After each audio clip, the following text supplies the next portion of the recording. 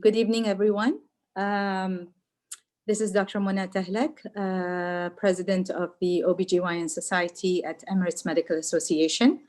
And I would like to welcome you all.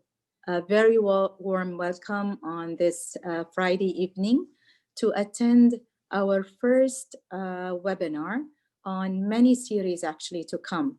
The topic is very important, and I can't think of anything more important actually than this topic during what we've been all through, the pandemic and the coronavirus. So it's going to be about immunization and vaccines in 2020. I think you all can relate to this. This is has been always important, but more so important now than any other. Speakers, doctors like yourself, experts on the field, on the ground, that will be really sharing their knowledge and their experience about immunization and vaccines. Dr. Amal Qudra from Latifa Hospital, Dr. Amala and Dr. Usha, both from Prime, they all will be sharing their knowledge and slides with you. I would like to welcome you all again, and I want to thank all of you for being here today. I also want to thank JSK for being a partner in arranging this, and MCI for making this happen. Thank you all. I would leave the floor now to Dr. Zuhdi Naqshbandi, who will be moderating this session with all of you. Dr. Zuhdi is actually a consultant at Latifa Hospital. He's a GYN oncologist. We are very, very lucky to have him. One of the best in his field, really dedicated, and I don't think we have a better person to moderate this session than him. Dr. Zuhdi, please, the floor is all yours.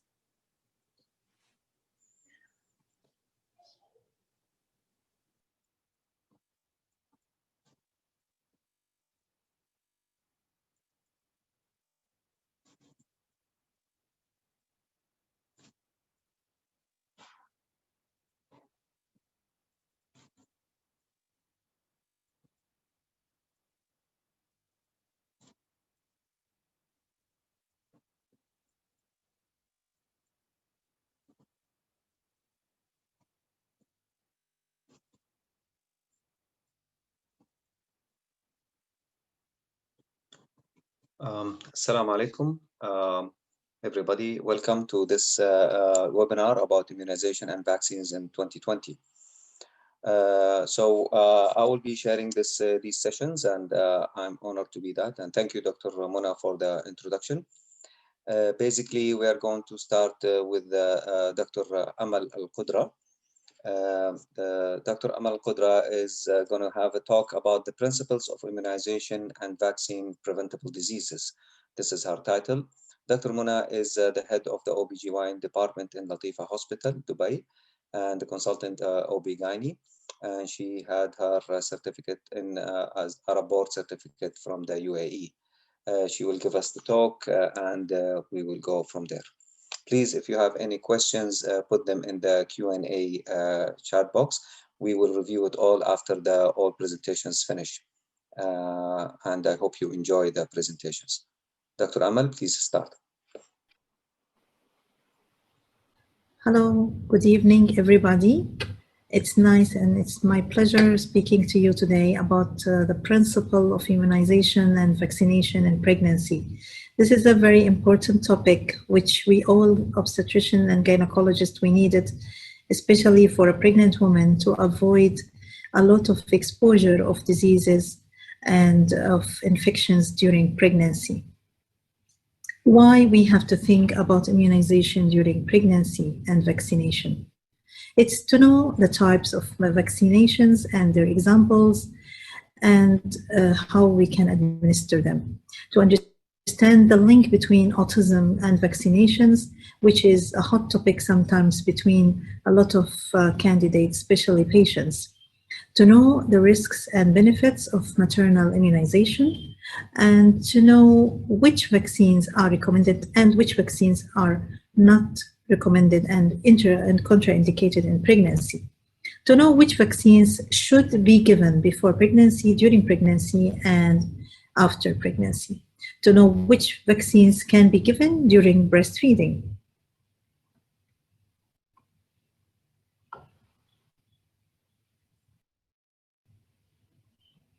Maternal immunization protects both the mother and fetus, and especially the morbidities which can happen from certain infections. It can also provide the passive protection against vaccine preventable infections acquired independently after birth. Ideally, women should be vaccinated against preventable diseases in their environment prior to conception according to the recommended adult immunization schedule. What are the types of vaccines? Number one, inactivated vaccines, which are a component of an infectious pathogen, which is unable to cause a clinical disease. So it can cause sometimes mild infection or mild symptoms. That is either by inserting the whole cell or bacteria which has been inactivated, fractional protein-based subunits, or fractional polysaccharides-based subunits. Inactivated, which is killed antigen, whole cell like pertussis, inactivated poliovirus, the subunit types, purified antigen, acellular pertussis, Haemophilus influenza type B, pneumococcal vaccination, and hepatitis B vaccine. The toxoid, inactivated toxins for tetanus toxoid and diphtheria toxoid. The live attenuated vaccines, they are living organisms modified to cause, not to cause fulminant disease infection. Fulminant disease body produces an immune response that is usually mild in immunocomplement patients, individuals. This type is contraindicated in pregnancy as there is a theoretical risk of perinatal infection through the placenta. Examples include BCG, oral polio vaccine, measles, rotavirus, and yellow fever vaccines. So these are the vaccines which are live attenuated vaccines. They are contraindicated in pregnancy. Routes of administration, either oral, intramuscular, subcutaneous, or intradermal. The oral one, which are the oral poliovirus, rotavirus. Intramuscular, it's the diphtheria, tetanus, and the hepatitis B virus, the H influenza vaccine, and the pneumococcal vaccine. The subcutaneous, which are like measles, yellow fever, and intradermal like BCG.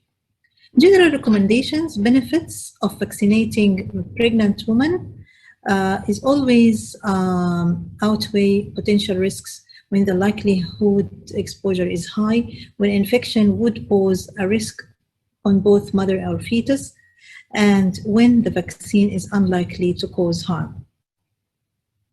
Immunization, preconception immunization, it's very important to counsel the patients when they are coming for seeking an advice to get pregnant. So we have to look in their vaccination schedule. And if she is negative, for example, for certain diseases, not immune, so we have to counsel them for vaccination like rubella vaccine. Okay, so women in the childbearing age must be educated and counseled about the importance of vaccinations, scheduled according to the immunization schedule in their environment. Vaccines for this group of women includes measles, mumps, rubella, and varicella. All these vaccines are contraindicated during pregnancy and should be given 28 days before conception, as infection with any of these agents poorly affects the outcome of the pregnancy and the health of the mother and child. Before vaccinating any woman, it's a very important thing to ask the patient if she's pregnant or not. And if she has amenorrhea, we have to be very specific, and pregnancy test has to be performed and pregnancy has to be excluded for these certain vaccinations which are causing harm to the fetus or the mother, or congenital anomalies, and educate her about the side effects of vaccination during pregnancy or just before conception of the fetus.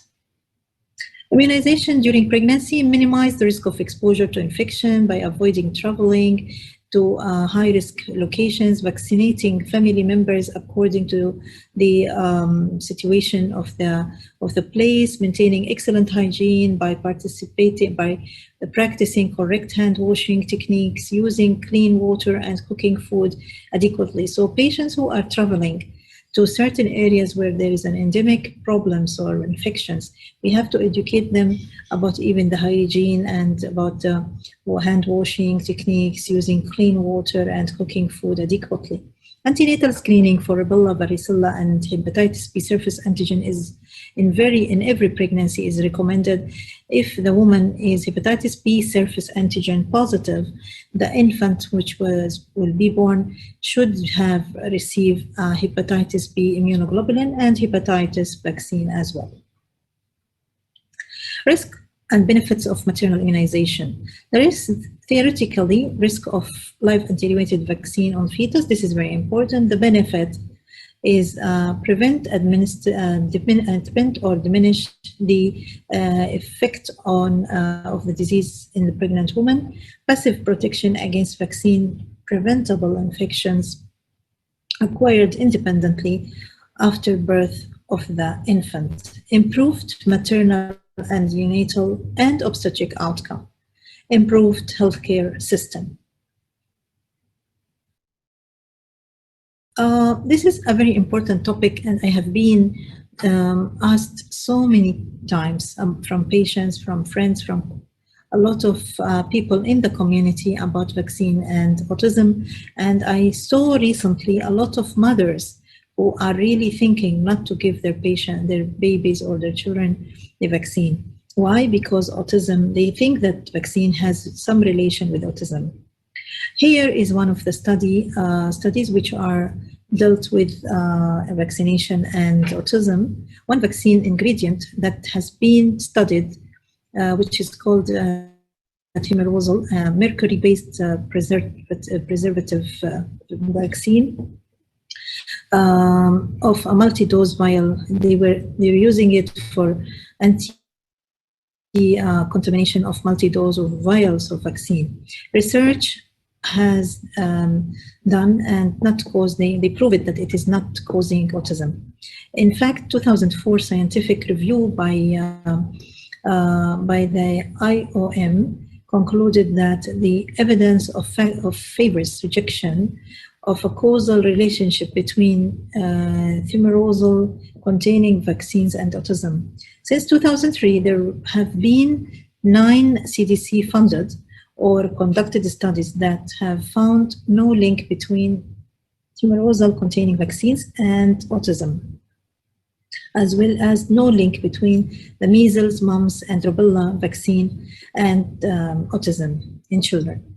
Besides thimerosal, some people have had concern about other vaccine ingredients in relation to autism as well. However, no link has been found between any vaccine ingredients and autism spectrum disorder.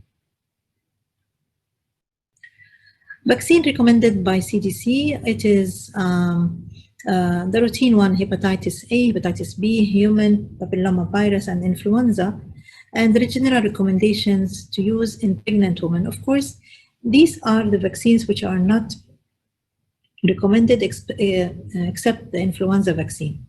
But it is in certain area where there is high risk area where the pregnant woman is recommended to have hepatitis A based decision on risk versus benefit. Hepatitis B recommended in some circumstances, human papillomavirus not recommended at all, and influenza vaccine inactivated is recommended. Influenza, 1 dose of inactivated influenza vaccine in the season of the influenza at any gestational age to avoid severe course of influenza during pregnancy.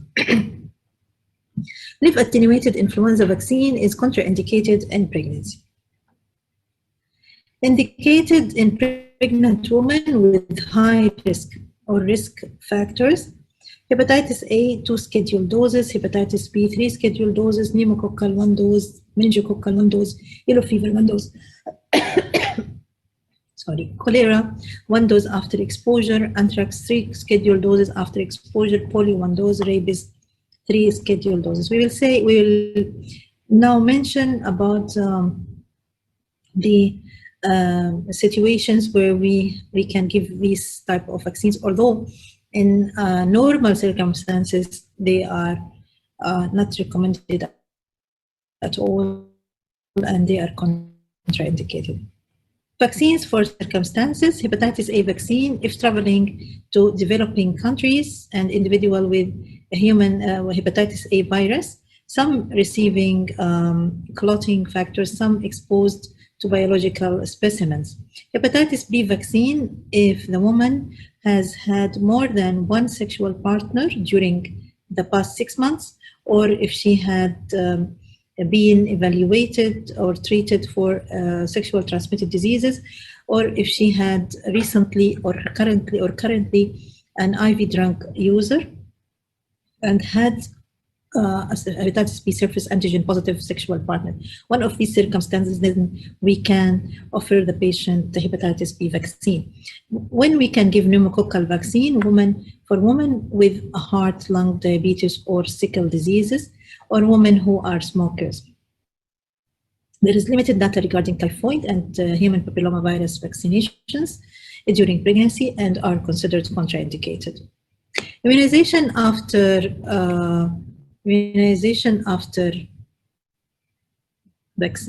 pregnancy. There is no risk for breastfeeding women from toxoids, inactivated, recombinant or subunit polysaccharides, and other vaccines. Majority of live attenuated vaccines, example varicella vaccine, have not been found in a human milk. Rubella vaccine may be excreted in human milk, but if infection doesn't occur, it is considered to be well tolerated because the virus is attenuated. A smallpox vaccination is contraindicated in breastfeeding women due to theoretical contact transmission to infants. And now smallpox disease itself is eradicated already. Yellow fever vaccine should be avoided in breastfeeding women, and this group of individuals should be educated against travel to high-risk areas.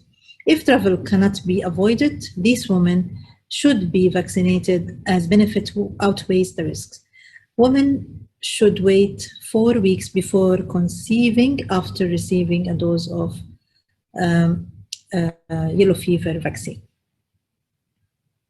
Vaccination contraindicated in pregnancy and with specific postpartum indication: mumps, measles, and rubella. 1 dose postpartum of rubella, non-immune or equivocal. So 1 dose postpartum vaccine of rubella, it's given to patients who are non-immune or equivocal result because of the screening test of the rubella during pregnancy. Women should be counseled to avoid becoming pregnant for 28 days after MMR vaccine.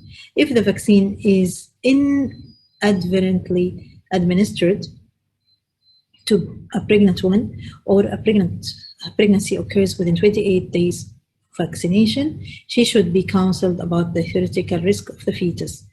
And the fetus should be, the pregnancy should be really followed very well, especially for congenital anomalies. Varicella, 1 dose postpartum if varicella is non-immune. Conclusion: vaccines are essential to prevent many diseases if the patient or the pregnant woman is not immune, but in all age group. Routine vaccines given in pregnancy are inactivated influenza vaccine and the Tdap. Contraindicated vaccines in pregnancy are MMR, varicella, and live attenuated influenza vaccine. Vaccines given in special circumstances are pneumococcal vaccines, hepatitis B vaccine, hepatitis A vaccine, pneumococcal vaccines, and inactivated polio vaccine and yellow fever vaccine, as we mentioned earlier. Thank you very much for your kind attention, and hopefully that it will be benefit for all of us during our career.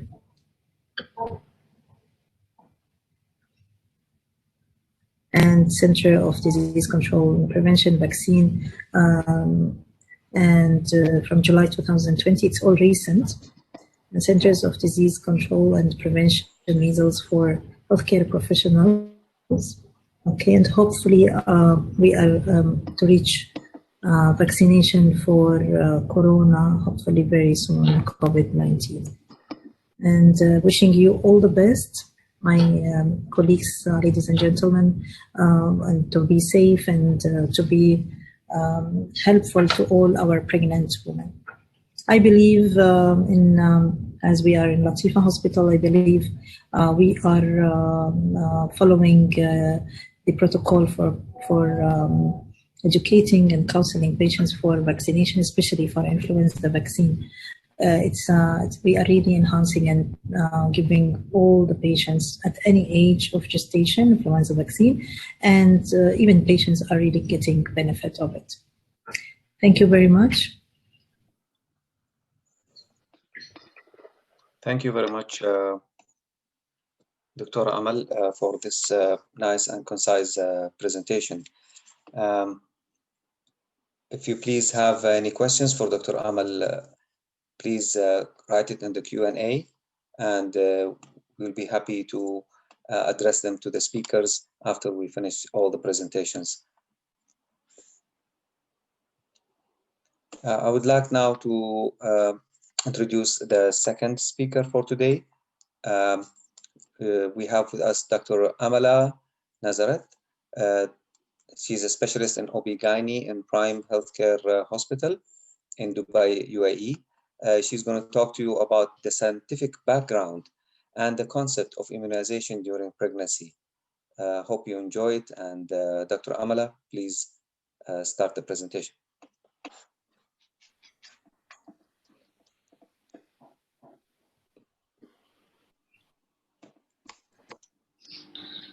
Good evening, everybody, and thank you very much. My name is Dr. Amala Nasrat, and on behalf of EMA, I would like to congratulate them for this excellent initiative in educating the obstetricians about vaccination in pregnancy. And I am very obliged, I'm very grateful to be a part of this venture of theirs to educate obstetricians to vaccinate women in pregnancy. Next slide, please. I am here to talk about the scientific background and the concept of immunization during pregnancy. Immunization is a much heated topic these days, and in this current year, how it has been, the only thing that the whole year is waiting to reset its clock and start its work is by waiting for the right vaccine to come to us. But when it comes to vaccination, a lot of my colleagues, and including the non-gynecological colleagues and obstetric colleagues, are a little bit confused as to what vaccination to give to pregnant women. So as a part of this talk, I chose this particular topic because it's important to understand the basics of immunology, the basics of virology, and to understand the basics of vaccination. And it's only when you understand the basics of vaccination, you will be able to guide, provide, educate, and counsel your patients regarding what vaccine is safe for her and what vaccines are unsafe for her. So I hope my presentation throws a light on this particular aspect of vaccination during pregnancy. Next slide, please. The main biggest objective is to create a state of immunity, it's to create a state of immunity against a pathogen in a patient so that the confronting with the organisms in the near future can be successful in protecting the host from the harmful effects of the organisms. Second slide, please. The key content of my presentation, sorry, I have to move myself away so that it's easier for me to read, but the key content of my presentation contains the following points. Most important, it is to be remembered that live attenuated viral as well as bacterial vaccines are generally contraindicated in pregnant women because theoretically, nobody has tried it, no studies have been tried, but theoretically, it can cross the placental barrier and can affect the fetus in different stages of its organogenesis and maturation in the 9 months or the 40 weeks that the baby spends in the womb. Point number 2 is that there is no evidence that currently exists of any kind of fetal risks of vaccinating pregnant women with any inactivated viral, bacterial, or toxoid vaccine. And point number 3 is that inactivated recombinant subunit polysaccharide conjugate vaccines or toxoid vaccines also pose no significant risk. In fact, none have been reported to breastfeeding mothers and their infants. Next slide, please.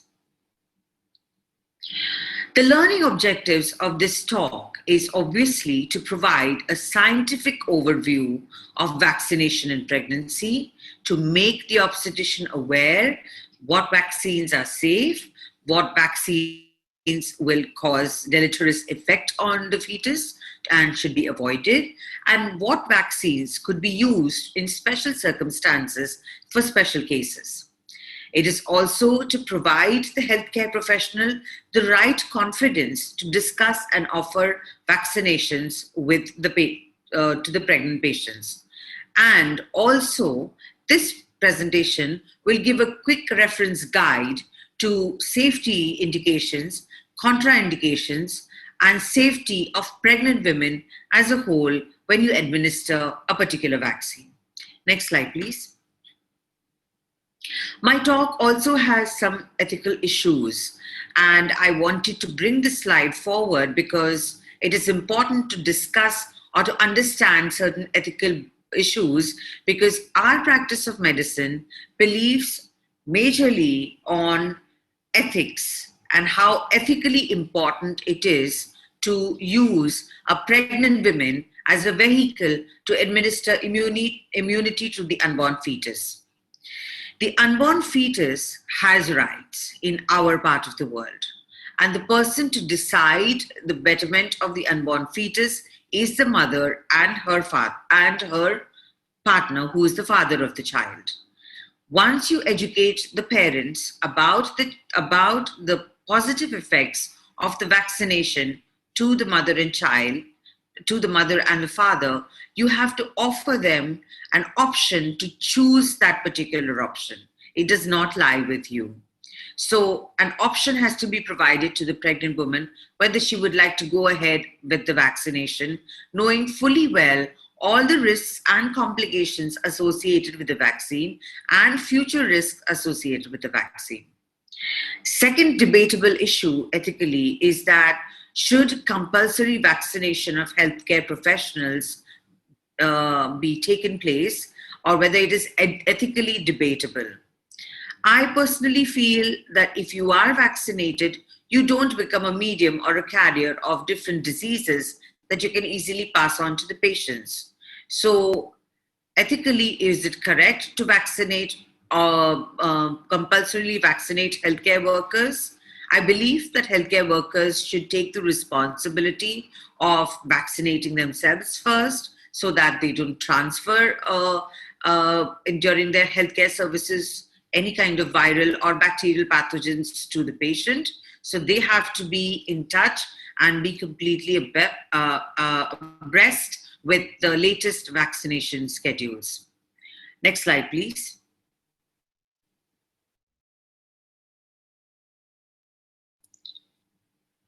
To understand vaccinations, it's important to understand the principles of immunology. Know that we have been born with certain host defense mechanisms that protects us from foreign environmental agents. This host defense mechanisms that we have can be either innate or adaptive. Next slide, please.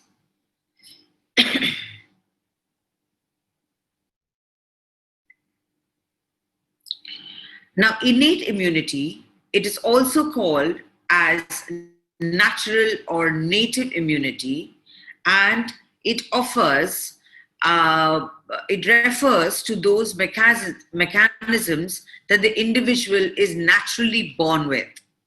Unfortunately, it is phylogenetically older. It belongs to our basic defense mechanisms many generations ago, which are inbuilt in our system. It is also very less specialized. So if a bacteria like a streptococci and a virus like say your flu virus or influenza virus enter into the system at the same time, this system is unable to differentiate between the response to either of the two organisms. So it is less specified. The response to both these organisms will be similar. Because it is less specialized, it is also less powerful. But having said that, it is the first line of defense.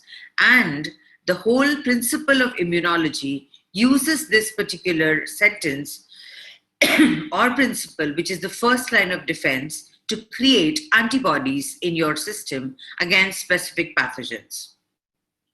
Because it has got poor specificity, it is antigen non-specific, as I mentioned earlier, but however, it has got a rapid response, and usually within minutes of exposure to any pathogenic organisms, it responds immediately, gets into action immediately, and tries to eradicate this organism as soon as possible. And the great thing is that it does not react against the host. But unfortunately, innate immunity does not have any memory. It does not have any memory of, that's the reason why common flu or your cold and flu keeps happening again and again, because it does not have memory of having dealt with the cold virus or a virus that is responsible for causing common cold, which is one of the series of coronaviruses. It has no memory of it. The components of innate immunity include epithelial cell barriers and phagocytes, which are your basic neutrophils, macrophages, and monocytes. So a simple full blood count can actually tell us if the patient has had an active infection when you see rise in neutrophils, macrophages, and monocytes. Next slide, please. This is the adaptive immunity that a person acquires throughout its life when it gets exposed or when the host gets exposed to microbial invaders, and it adapts to these microbial invaders. As mentioned, it is evolved much later, but it is more specialized, it is more powerful, and has got a subsequent line of defense. It's very antigen specific, and it has got a very high specificity. It has a slow response. It takes days, but it has got a definitive response. It can also sometimes react against the host. Memory of this particular immunity is evident, and the components include your lymphocytes, T and B cells, and their products such as antibodies and cytokines. It is this adaptive immunity that immunization uses to create antigen-specific immunoglobulins in our system, so that in the future, when we are exposed to the same antigen, we will have the memory of it, and those antigen-specific fighter cells will help in eradicating the disease from our system. Next slide, please. So how do you induce this immunity? Immunity is specified as resistance to diseases, specifically to infectious diseases. You have two kinds of immunity. You have the active immunity, which you can induce, or you can have a passive immunity. Active immunity is the administration of an antigen to induce antibodies against a disease. Very simple and basic fundamental equation. Whereas passive immunity, you administer the antibody instead of the antigen in order to confirm short-term immunity against a particular disease. So, immunizations that deal with passive immunity require booster doses so that the immunity is being maintained because it confers only short-term immunity against a particular disease. Next slide, please. Passive immunity is used for rapidly conferring immunity even though the individual is not exposed to the infective organism. Like, for example, a simple flu vaccine or a yellow fever vaccine or a malarial prophylaxis. All of these are given to individuals if they have or are going to have a potential to be exposed to the infective organism, and they already have the antibodies in their system so that they can attack the organism upon exposure. So immunization uses a lot of passive immunity as well. It does not confer long-lived immunity against infective agent. The biggest example of passive immunity is the immunity that is passed on from mother to child, which is the protection of the sensitive neonate by the placenta or by breast milk. Placenta-derived immunity, like immunoglobulin G, and breast milk-derived immunity, like immunoglobulin A, allows the cellular immunity of the neonates to mature under controlled conditions and conferring immunity to the baby. Next slide, please. It is important to understand the immunology of pregnancy. During normal pregnancy, the maternal immune system automatically is adapting to accommodate the semi-allogenic fetal graft. This is essential for the acceptance of the fetus and development of the placenta without compromising the integrity of the maternal host.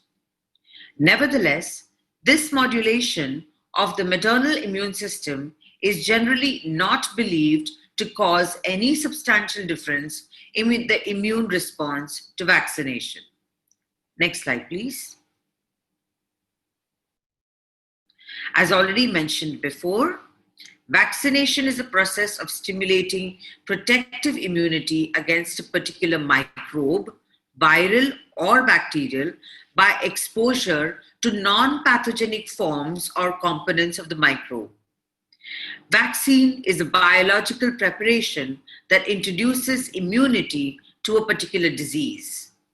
Vaccines work by introducing active immunity and providing immunological memory. Immunological memory allows the immune system to recognize the pathogenic organism and respond directly to it at a later stage, which prevents and modifies the response and the effect of the disease. Next slide, please. This is a very wonderful picture that I have taken from a fantastic TOG article which has been published in 2015 about vaccination and pregnancy.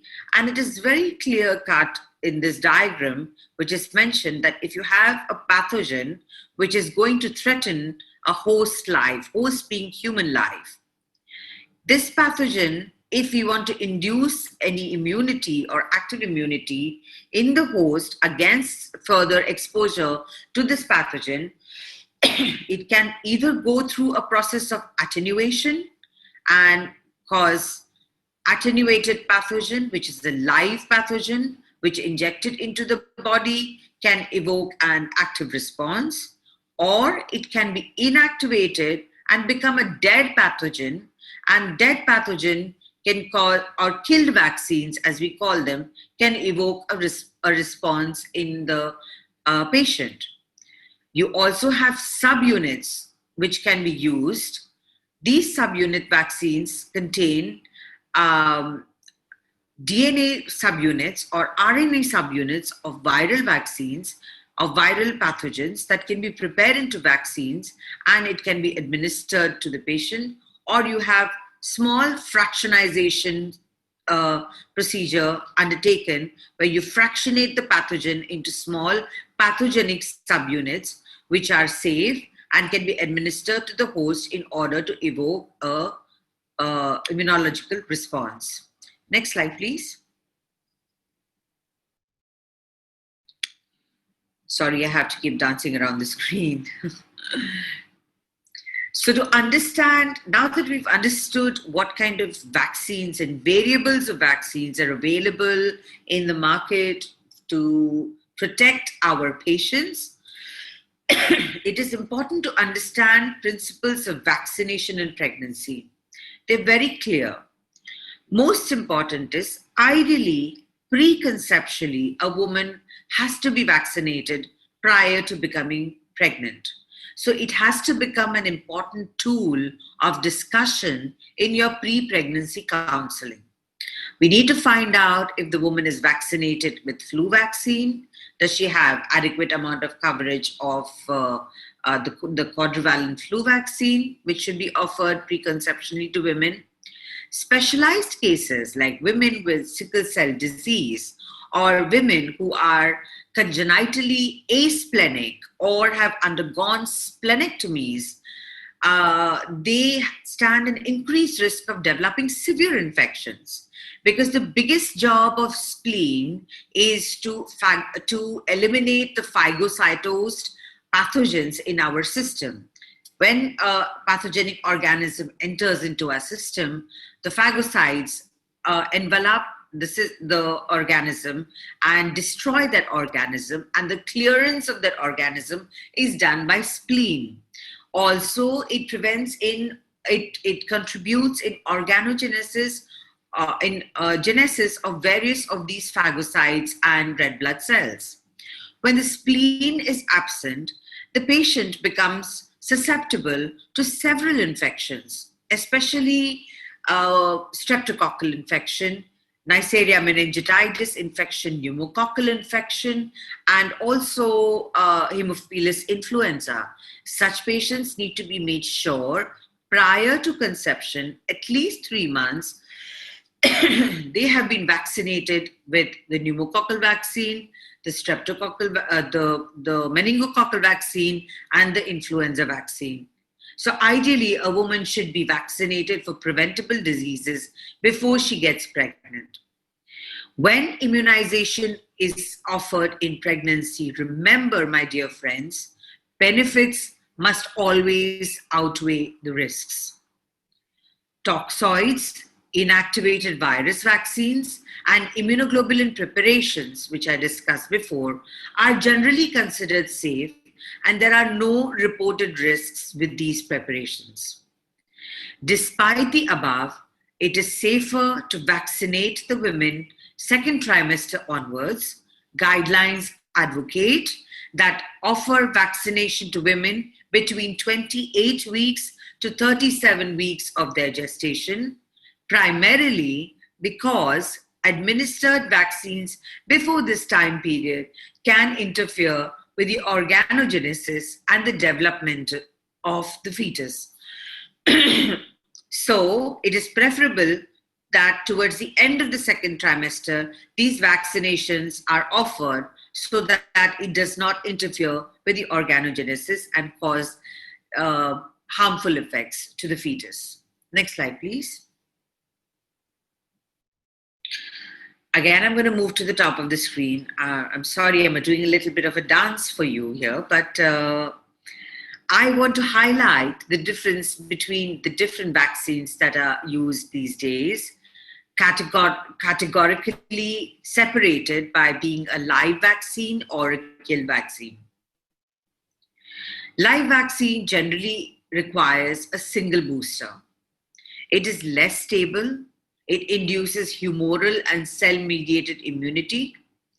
It may revert to a virulent form, Only small doses are required, and it is always given by a natural route like your OPV or oral polio vaccine. However, it is more potent. While the killed vaccine, it evokes a short-term passive immunity, and that's why it requires multiple boosters. It is more stable. It's mainly humoral immunity that is induced. It cannot revert to virulent forms, so it will not attack our own body. Large doses are required, multiple boosters may be needed, and it is usually given by an unnatural route like injections. However, it is less potent as compared to the live vaccine. Next slide, please. I'm going to move myself a little bit to the lower column over here now. I'm going to talk a bit about the clinical classification of vaccines in pregnancy. And I want you to know, if you have a pen and paper, please note down it very, very clearly that these are the vaccines that are contraindicated in pregnancy. Number one being the BCG vaccine.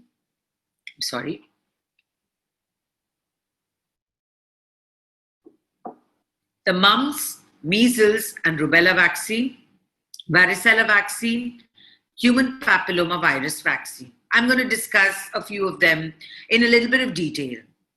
A lot of patients come to us, and when we do their booking bloods, registered for an antenatal care, whenever we do their booking bloods, we find them to be rubella negative. That means they were never vaccinated against rubella, or these girls have missed their booster doses of their MMR vaccine. These patients pose a huge threat to the fetus because the fetus can acquire a congenital rubella syndrome, which could be harmful in the fetus. So it is important in the preconception counseling to find out the rubella status of the mother. And if the patient is rubella negative, then it is advisable to confer or offer her and give her 1 dose of MMR, which is your measles, mumps, rubella vaccine, and follow it up 6 weeks later after 6 weeks with a booster dose, rendering adequate amount of rubella antibodies in the patient so that in the future, the baby is not affected with congenital rubella syndrome. Varicella vaccine is also upcoming because there are increasing number of cases of chickenpox, especially in the Western countries or countries which are more closer to the Northern Pole. It's easier to transmit in cold countries, and it happens regularly just by a standard exposure to an active varicella person. Varicella vaccine is important because the incidences of varicella are increasing, and a lot of pregnant patients get exposed to patients with varicella. If they've not been immunized before, they need to be offered some kind of immunoglobulins for suppression of active varicella antigens in their system. However, they cannot be vaccinated against the vaccine during their pregnancy. So we offer varicella vaccine as a preconception advice, but not during pregnancy. And of course, human papillomavirus vaccine cannot be offered to a pregnant patient. If you come across clinically, in a clinical scenario, a patient who has gotten pregnant in the middle of her vaccination for human papillomavirus vaccine, then it's advisable to discontinue the vaccination, continue with the pregnancy, and then restart the vaccination after the breastfeeding phase is during the breastfeeding phase. If the patient has taken 1 dose of human papillomavirus vaccine, it offers the patient about 70 to 78% immunity. If the patient has taken 2 doses, it offers the patient at least close to 88 to 92% immunity. Some authors believe that 2 doses of human papillomavirus vaccine are adequate. But ideal recommendations, we have 3 doses. I leave it to your discretion to administer this dosage in the breastfeeding period. But if the patient has taken only one dose of human papillomavirus vaccine before she got pregnant and now she's come to you with pregnancy, then I would recommend, and the guidelines also recommend, that you stop the vaccination procedure, continue with the pregnancy, deliver the patient, and in her breastfeeding period, you can offer her the same protocol of human papillomavirus vaccine from dose 1. Next slide, please. This is a clinical classification of vaccines that are specifically indicated in pregnancy, and it should be remembered by everyone exactly what these vaccines are. With increasing incidences of flu vaccine and different mutating forms of H1N1 and H3N1 and different kinds of flu vaccines, influenza A, influenza B, have all been formulated into a quadrivalent killed type of vaccine, which is the inactivated influenza vaccine, which protects you from 2 strains of H1N1 and also from influenza A and influenza B. This vaccine should be offered, I offer to all my pregnant patients after 28 weeks and ask them if they want to take it or no. It depends on the patient's discretion, because understand that in this part of the world, the mother is the deciding person for her unborn fetus. So she has the right to accept or deny this particular vaccination. Most patients accept it, and we administer at the 28th or 30th week of pregnancy. Second most important vaccine, which is a very important vaccine, which is the pertussis vaccine. In October 2012, the National Health Organization, which is the NHS of the UK, started vaccinating patients, pregnant patients, with the pertussis vaccine or the whooping cough vaccine, because they found that the first vaccinated dose to babies was administered in 2 months of life. And the babies did not have immunity from the time of birth till 2 months of life. So during this time, large number of cases of neonatal pertussis infections started rising up, which led people to believe, or scientists to believe and to try the pertussis vaccine administered to a patient, a pregnant patient, after 28 weeks. It confers a passive immunity to the fetus by crossing the placental barrier, and protects the fetus for the initial 3 months of against pertussis in 3 months of life. Dubai being a hub, an international hub, where there is a wonderful mix of the East and the West, from the North and the South, there are a lot of pathogens being carried by different people during their transit to Dubai.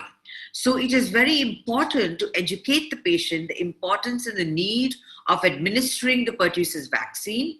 I do that to my patients. I explain to them that just as how tetanus toxoid vaccine is necessary to prevent the harmful effects of Clostridium tetani, which causes severe sepsis and death, sudden death in pregnant patients, as we administer tetanus toxoid vaccine, it is important to administer pertussis vaccine along with it. And now we are actually very grateful that we have a combination of the pertussis and the tetanus vaccine, which we can offer as a single shot after 28 weeks of gestation or at 28 weeks of gestation. The other vaccines that you can also take are the inactivated polio vaccine, not the active form, the diphtheria vaccine, which is a part of the DPT vaccine, which can be taken by pregnant women. Next slide, please. This slide is very important because it clinically classifies the vaccines which are recommended in pregnancy in certain situations, and I want to talk about every bit of these situations with you. Hepatitis A vaccine, if the patient is going to have an exposure. or if she has had an exposure or a suspect exposure, if she's going to be traveling to places where hepatitis A is spread through fecal-oral route, where her diet is going to be affected. Hepatitis A vaccines can be offered only in these special conditions. Hepatitis B vaccines can be offered in conditions for seronegative patients, and also if there has been a history of exposure. Hepatitis B is spread by fecal-oral route and also is sexually transmitted. So if the patient has an exposure, it can be offered, or if her immunoglobulins are low for hepatitis B, it can be offered.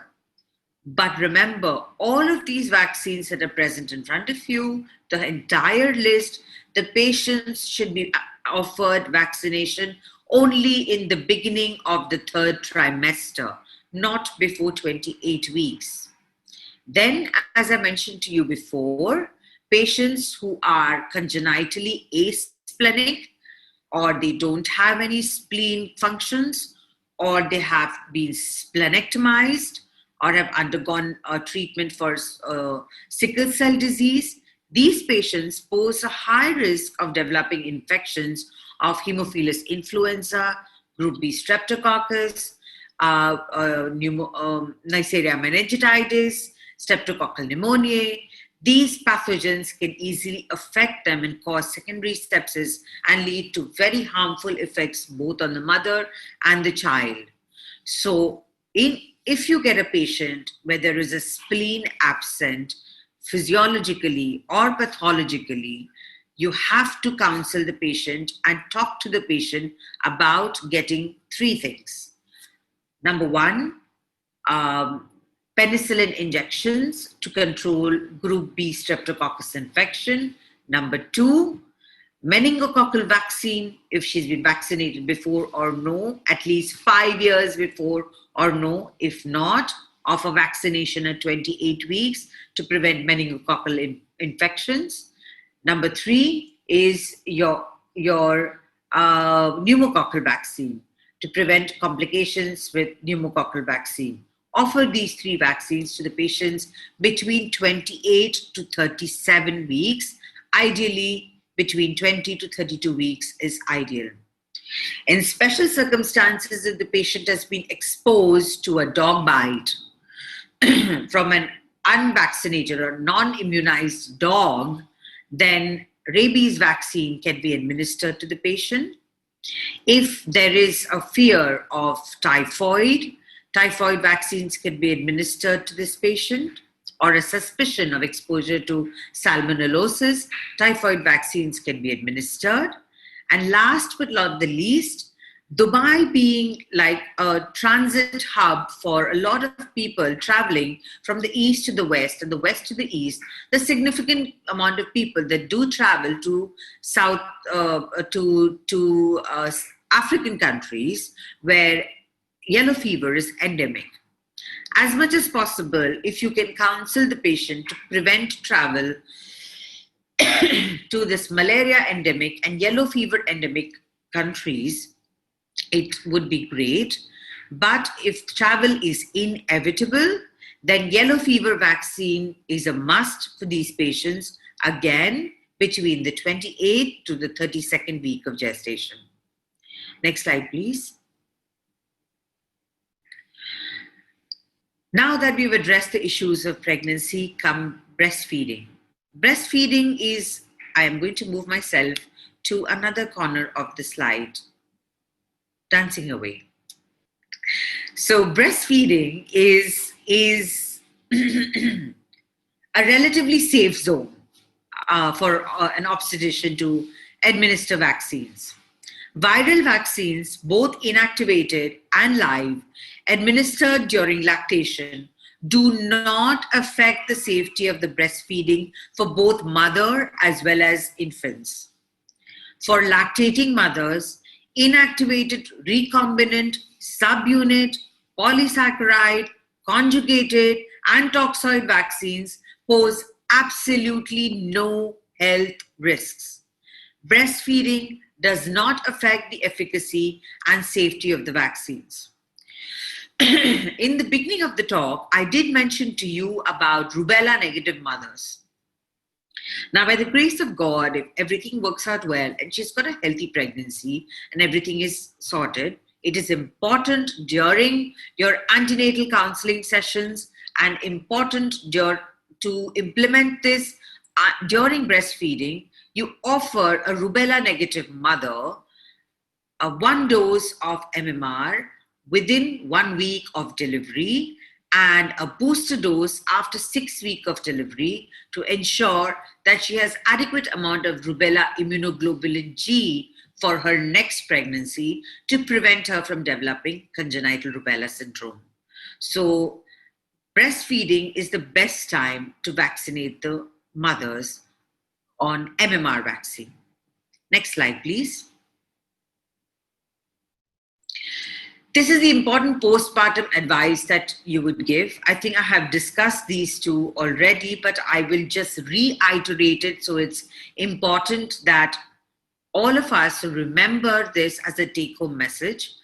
2 vaccines that should be specifically administered to seronegative mothers for the protection before the discharge of the patient from the hospital is number 1, MMR vaccine, where patients should be advised to prevent conception at least 28 days after vaccination. The patient lies with you when she is your responsibility when she is in the ward.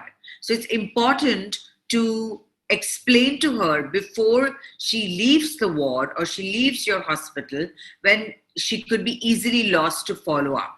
So it is important to tell her, advise her that she should not get pregnant at least 28 days after the dose of vaccine of MMR. Offer her some means of contraception. You can easily start barrier contraception for her.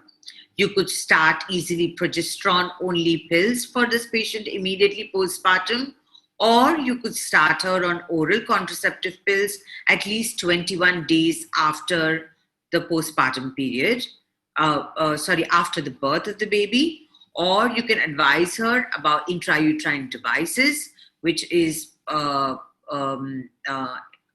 helpful in spacing the children as well. So it could help her in preventing conception for at least 28 days after vaccination. The second important vaccine that I discussed earlier as well, which is the varicella vaccine, the immunoglobulin G seronegative mothers, you have to give 2 doses 4 to 8 weeks apart. Mothers are supposed to avoid conception like MMR vaccine at least 28 days after the dose and avoid contact with the susceptible seronegative pregnant women should a post-vaccination rash arise. Next slide, please. Now it comes to the ethical issues. We already touched base on it earlier, but I would just like to reiterate that although fetus has no claims to legal rights, using the pregnant mother to deliver immunity to the unborn fetus has been widely accepted now by society. But the decision maker for this process has to be the mother and the father. So it is important that you counsel both mother and father during the antenatal visits, document the counseling, document the risks and complications involved with each vaccine that you're counseling the patient for to make sure that no other issues arise or no harmful effects, God forbid, arise to the fetus. It's important for documentation, and an informed consent needs to be taken to administer the special vaccines to the mother during her pregnancy. Immunization of healthcare professionals, there is an autonomy of individuals which is believed to outweigh the risks to harm the patients and general population. And in the belief of this autonomy, it is important that healthcare professionals get immunized and vaccinated from any communicable disorders so that they don't become vehicles of transfer of diseases of pathogenic organisms from one individual or one patient to the other. Next slide, please. So in my conclusion, I just want to say that there is an exceptional health impact of vaccination to the population, and that is absolutely indisputable. No one has ever felt the need to vaccinate themselves as much as they have felt it in the year 2020. And with absolute pleasure, we welcome the vaccines that are coming now into the market, and we have been given the choice to choose from them, which is very, very nice and very good, so we can understand the pros and cons of each vaccine.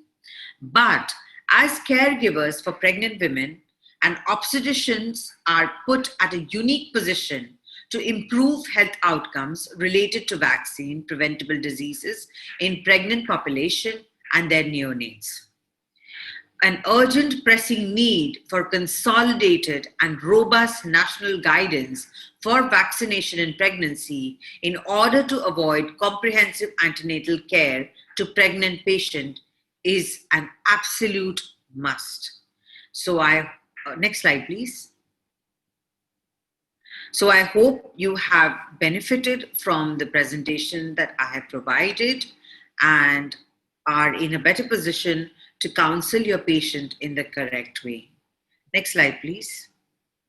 I thank you very much for your kind attention, and I hope that you benefit from this presentation. Thank you.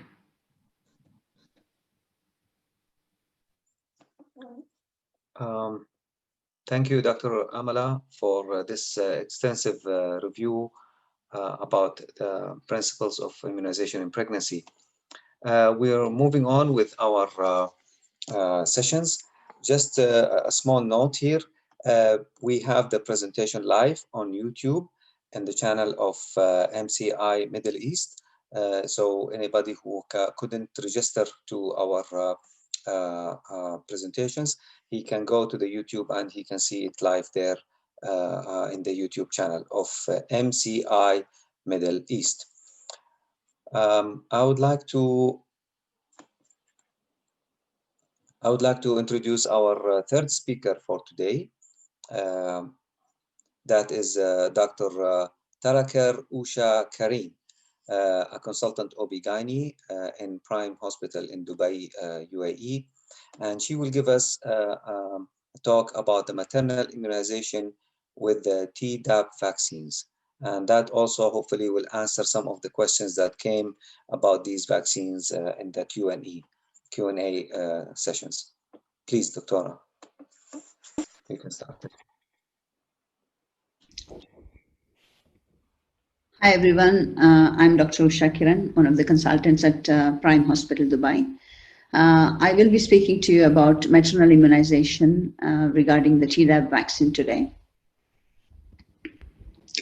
Now, the objectives of this particular presentation or the whole meeting is to increase the awareness about maternal immunization and this particular presentation with the Tdap vaccine among the healthcare workers.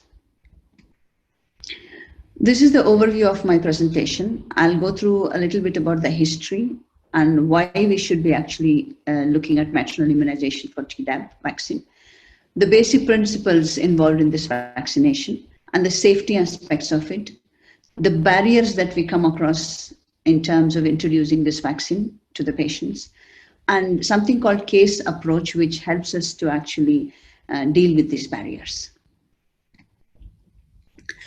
Now, with the history, I don't want to go into the details of immunization history because it is really, really ancient. You know, there was a time when the Buddhist monks actually drank snake venom to get immunity towards the snake bite.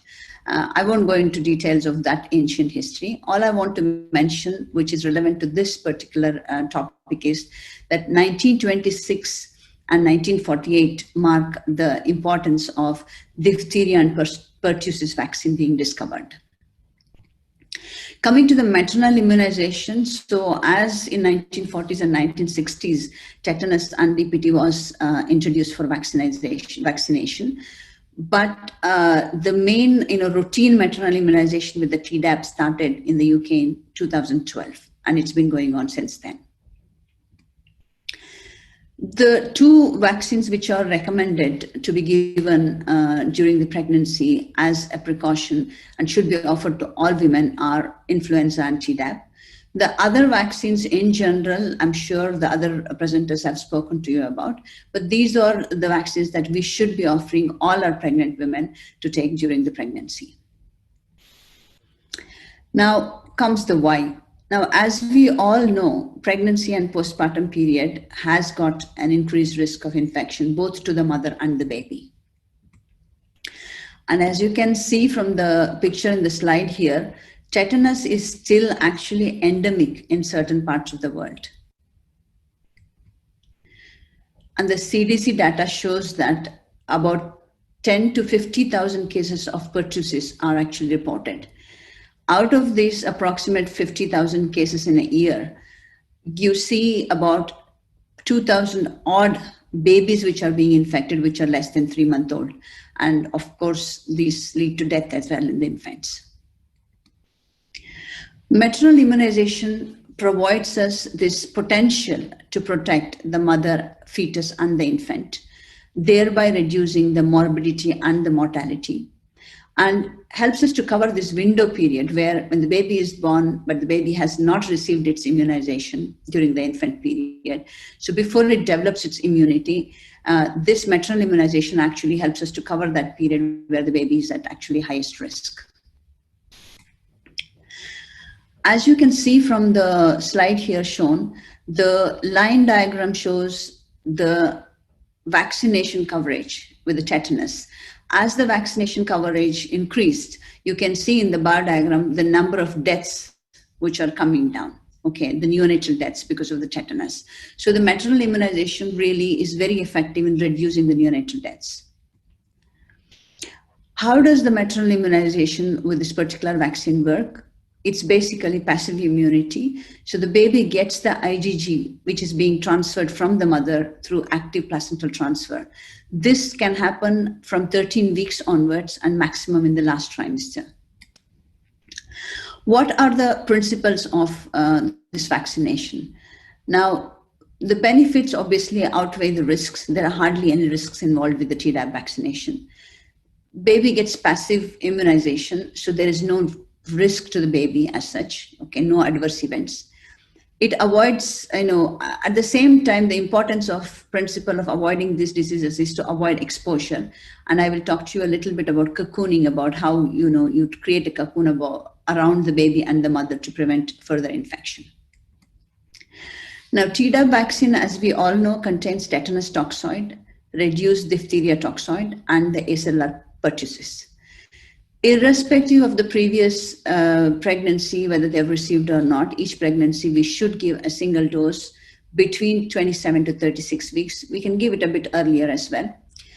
If missed antenatally, it can be given postpartum as well, although the benefits might not be maximum if given postpartum. If there has been absolutely no data regarding tetanus vaccination at any time in life, then maybe 3 doses of Tdap are also indicated, with the intervals of 0, 4, and 6 week intervals. The immunity starts after Tdap for the baby and the mother, 2 weeks after you've finished the single dose, and it can last up till 2 months postpartum. Now, coming to the safety, Tdap is completely safe. For the mother, apart from the injection site pain, mild fever sometimes can be reported. There's absolutely no major side effects. And from the infant side, no neurological or fetal adverse events have been reported so far. One of the things that's come into light is that these babies who are born to the mothers who have received maternal immunization with Tdap vaccine seem to show a blunted response to the vaccination that they receive, the DPT, polio, all those vaccinations that they receive after the baby is born in their infant period. Now, this does not preclude us from giving maternal immunization. It is just that we need to find ways of checking out whether these babies require a booster dose more than what normally is given in such cases. Coming to cocooning. Cocooning is a method where we identify the near and dear around the maternal mother and the baby, which is like your parents, siblings, babysitter, grandparents, or any kind of surrounding people who are coming in contact with the mother and the baby, and these people to be immunized. As you can look at the graph, once you immunize these people around, the chance of infection are reduced to the mother and the baby. So immunization per se with Tdap is not the only thing that we need to do. We need to look at cocooning as well. It's all very well to say we should give this vaccine, but when you actually implement it, there are barriers to acceptance of the vaccine. Now, the review shows here a number of barriers which have been identified, but the two most important ones that I would like to highlight are the safety of the vaccine. There is a lot of concern about, is this safe for my baby? Is this safe for myself? So that is something that it is preventing people from taking the vaccine, which we need to assure them that it is safe. And of course, the financial concerns. In places like Dubai or even in US, I suppose, where it is all covered by the insurance, depends on the type of insurance, and if they don't cover it and patients have to fund themselves to have this immunization. Although it is not very expensive, people do think about, do I really need to spend money and have it? So those are the safety and the financial concerns are the two main barriers that we come across. Now, physician recommendation, the physician or the obstetrician themselves telling their patients that it is actually good to have the Tdap vaccine and it helps to protect the baby and the mother, has got a significant factor in promoting acceptance among the patients and removing these barriers.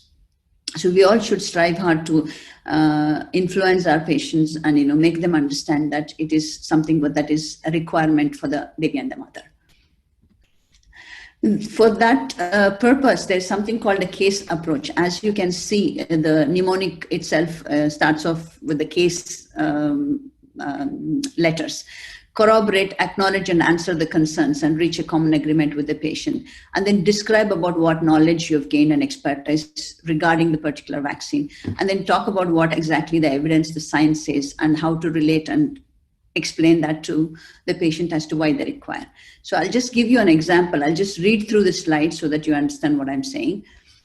For the Tdap particularly. So let's say the pregnant woman comes to you and she says, I don't want to have a Tdap shot. I just had one. And when I had my baby 2 years ago, so it does not seem to be safe to have the repeat vaccine.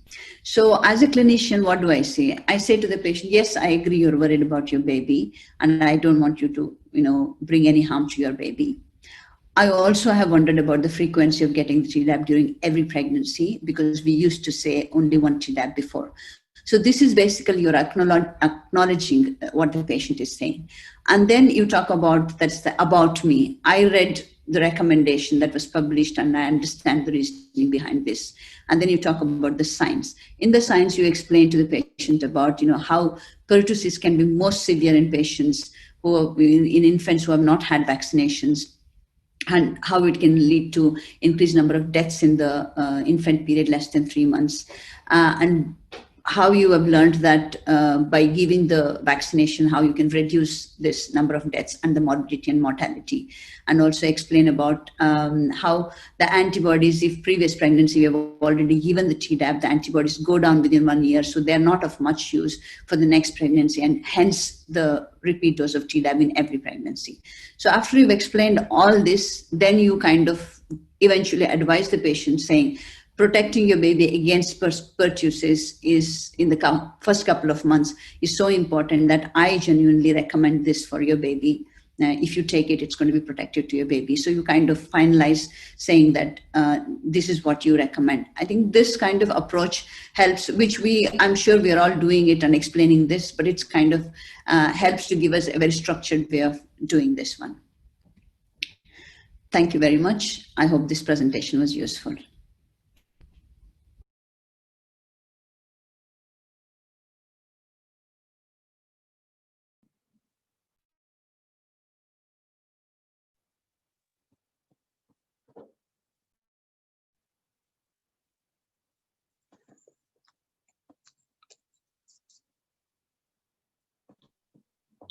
Thank you, Doctora.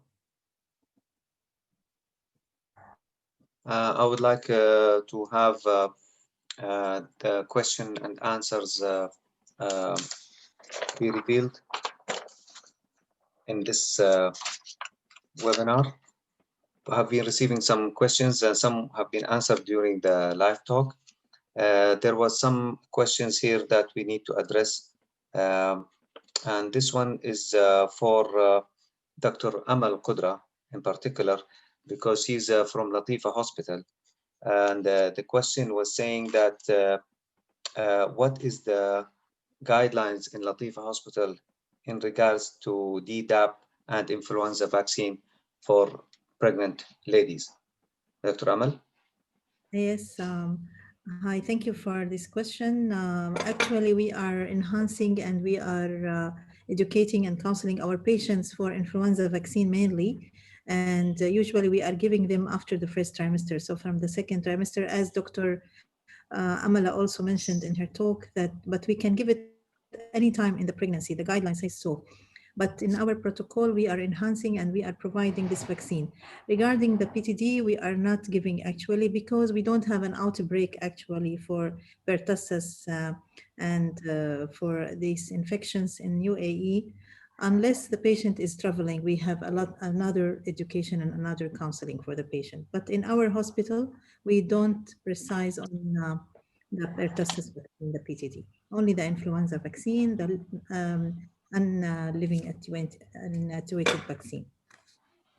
Another question on the same subject, Dr. Amal, and it says that if the patient is pregnant in the first trimester and it is the beginning of the flu season, can she get it also in the first trimester or not? There is no harm in giving the influenza vaccine regardless any gestational age. Okay, all right, so we can give that. Another question from the Q&A box. I think Dr. Amala can answer that for us. Is it true that if a patient has the seasonal influenza vaccine, she is at higher risk, more than 5 times, to get the COVID-19? I don't know what is this coming from. Ever since the COVID-19 pandemic has erupted, there are a lot of case studies and reports, and we don't know what to rely on. But I can tell you very clearly that there is, the CDC clearly states that there is no relationship between the flu vaccine and the COVID-19 vaccine. However, there are certain papers, there are about 9 to be specific, which have come up, which have said that taking the seasonal flu vaccine actually improves your immunity against COVID-19. But there is no scientific research backing those papers at the moment, but it is expected. And as the latest proposal by CDC as well as WHO is that now is the season of the fall, and they are expecting large number of COVID-19 cases to again come up. So if you are due for your seasonal flu vaccine or your quadrivalent vaccine, you should get immunized to improve your immunity. And of course, you should immunize your pregnant patients as well. Yeah. Great. A question here also, Dr. Amal Al-Qudra, please. It says that in the NHS guidelines, the vaccine for the whooping cough is usually recommended between 16 and 32 weeks. So are we doing that if needed in Latifa Hospital in this particular age group, gestational age, or as Dr. Amla was saying before, it should be after 28 weeks? After 28 weeks, but we don't have guidelines actually for this whooping cough also. Yes. Yeah.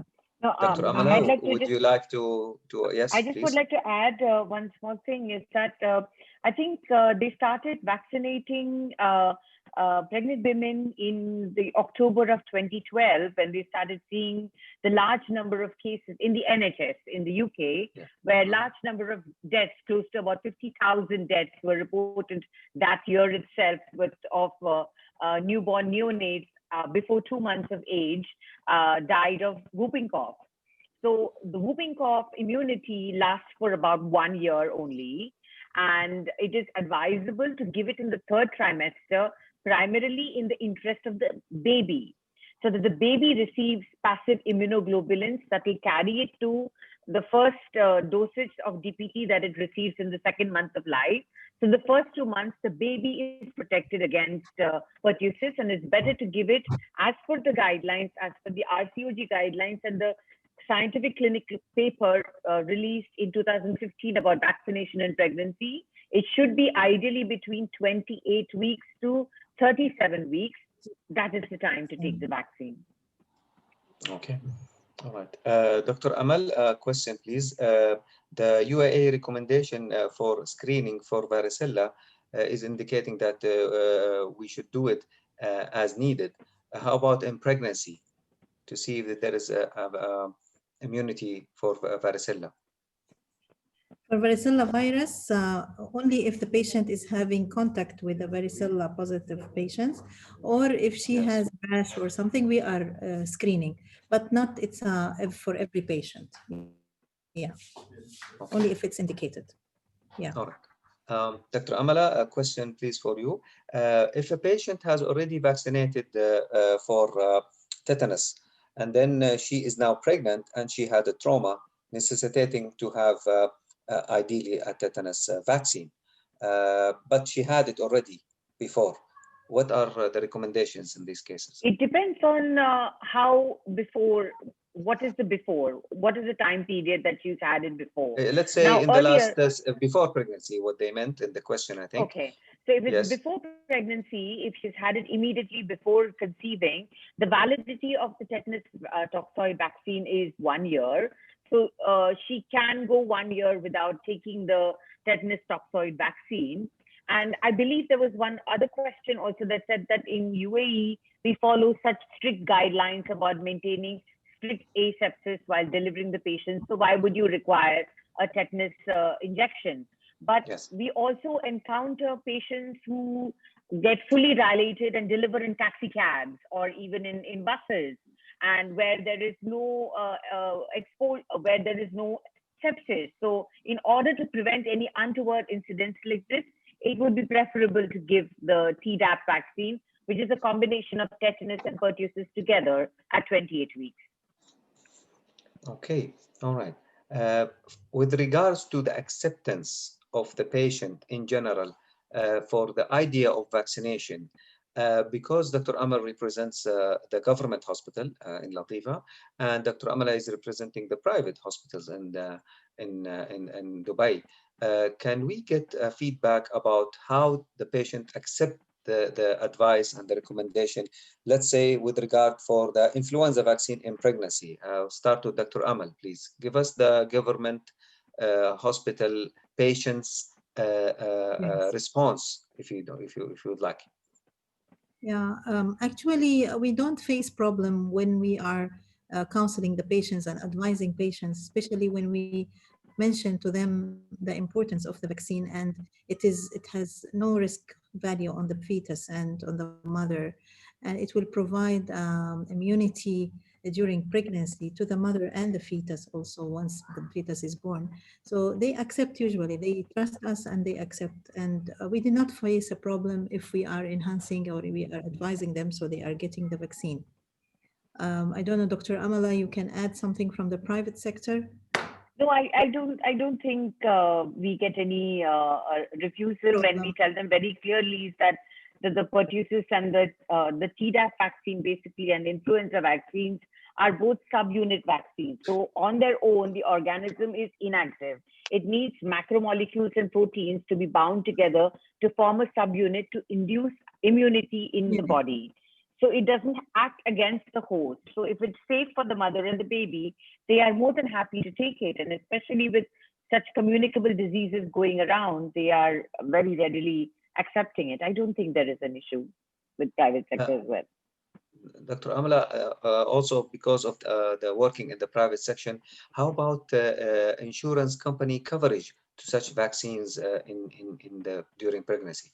Vaccinations are not covered by insurance companies in private, so patients do have to pay for it. But we are very lucky that the vaccines come at a very subsidized rate, so they are able to afford the vaccinations. Okay, all right, that's good. Last question here is from the private. It's more technical question. What about the nano zinc in vaccines, and what is the role of that in the manufacturing of the vaccine and in the inducing the immunity? Dr. Amala, if you don't mind. Well, I think the vaccines that are given to pregnant patients do not have active components. I may be wrong, but do not have active components like nanozinc, uh, primarily because we don't want the large, small molecules crossing the placental barrier and affecting the fetus. The vaccines that are administered and allowed to be administered to pregnant patients are all inactivated and toxoid vaccines. So this component does not come in This, these vaccines. So Okay. Now, as you know, all of that, unfortunately, the vaccination in general is somehow attacked, especially in the social media, by a group of what we call them anti-vax or anti-vax people or organizations with the conspiracy theory that they are only for the benefit of the pharma companies and the doctors are either misled or they are part of this conspiracy theory. What is your input, Dr. Amal, with this regard? I'm sure some patients will ask you that we heard such and such in Instagram or in Twitter, they are not recommending this or though. What do you think about that? Can you give us your input? yeah, actually, we believe that vaccination is causing an immunity in for population as a whole. Not only we are talking about a pregnant women, also for the children. And I have seen in the community some patients or some people they are trying or they are thinking of not giving their children the vaccination as they are hearing from the social media to avoid it cause autism. I mentioned this in my talk that there is a lot of researches and a lot of studies have been mentioned, and there is no link between the autism and between the vaccination. So we have to enhance and we have to broadly, educate all mothers to give the vaccination to their children because this is very important to cause the immunity and to prevent certain, very serious diseases. I agree. Dr. Amala, what do you think? yes, I want to just highlight the fact that although in the medical field we do consider the fetus as a patient, the ethical rights of that fetus lies with the mother and the father. So if the mother and the father are well educated and well spoken to and counseled about the pros and cons of particular vaccine, the ultimate decision is with them. There are certain patients of mine who do not like to take the flu vaccine. And when I advise them about taking the flu vaccine and the Tdap vaccine together, they opt out of taking the flu vaccine and go in for a Tdap vaccine. And ultimately, the choice lies with the patient. But it is our right as healthcare providers to give them the right knowledge that what is good for them and their baby. But the final choice decision making is by the patient. Of course, of course. But unfortunately, because of such campaign in the social media, if you remember, and I think all we know about the outbreak of some preventable disease that happened, especially in the one in the UK, because of the parents did not allow their babies to take the vaccine, and unfortunately, it recurred. But I hope with all our efforts as physicians in the health education and community education about these vaccines will help to restore and give the vaccinations to everybody. Yes. Any last word, Dr. Amal, you would like? Because I think we covered most of the questions and most of the topic. I wish everybody to have a healthy life, and we have to, as a practitioners and health providers, we have to enhance for giving our patients the proper knowledge regarding the vaccination, which is very important for either pregnant women or mothers. And for the community, wherever we are, we have to enhance for vaccination and wish you all the best for a healthy life and away from all infections. And we are looking forward to get the coronavirus vaccine very soon to be Yes, we hope protected so. from this disease. Yes. And thank you very much. And it is a pleasure meeting all of you. and have a good evening. Thank you. Thank you. Dr. Amala, last word, please. Thank you, Dr. Zudi, and I thank Emirates Medical Association for this wonderful webinar, very educative, and I'm sure there'll be more series of this. And I wish everybody a very, very safe time. Stay safe, stay indoors, and be protected, and we shall be immunized against this deadly disease very soon, inshallah. Thank you. Thank you. Thank you very much. And at the end, I would like to announce that so far we have been followed live in the webinar by about 239 followers and participants. And that is good in terms of the first in our series that was organized and by the Obs Gyne Society in the Emirates Medical Association. And also we would like to thank GSK for also enhancing and helping with this webinar. Together organization was by MC Middle East.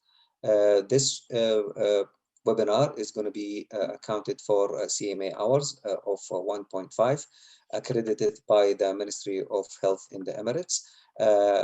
Participant will receive the CMA hours in their emails after 10 days, inshallah, after just answering a few questions, and they will have it in the email.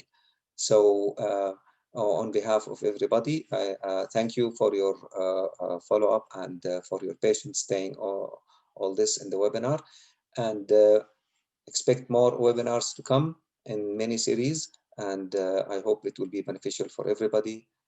Stay safe and see you soon. Thank you very much. Assalamu alaikum.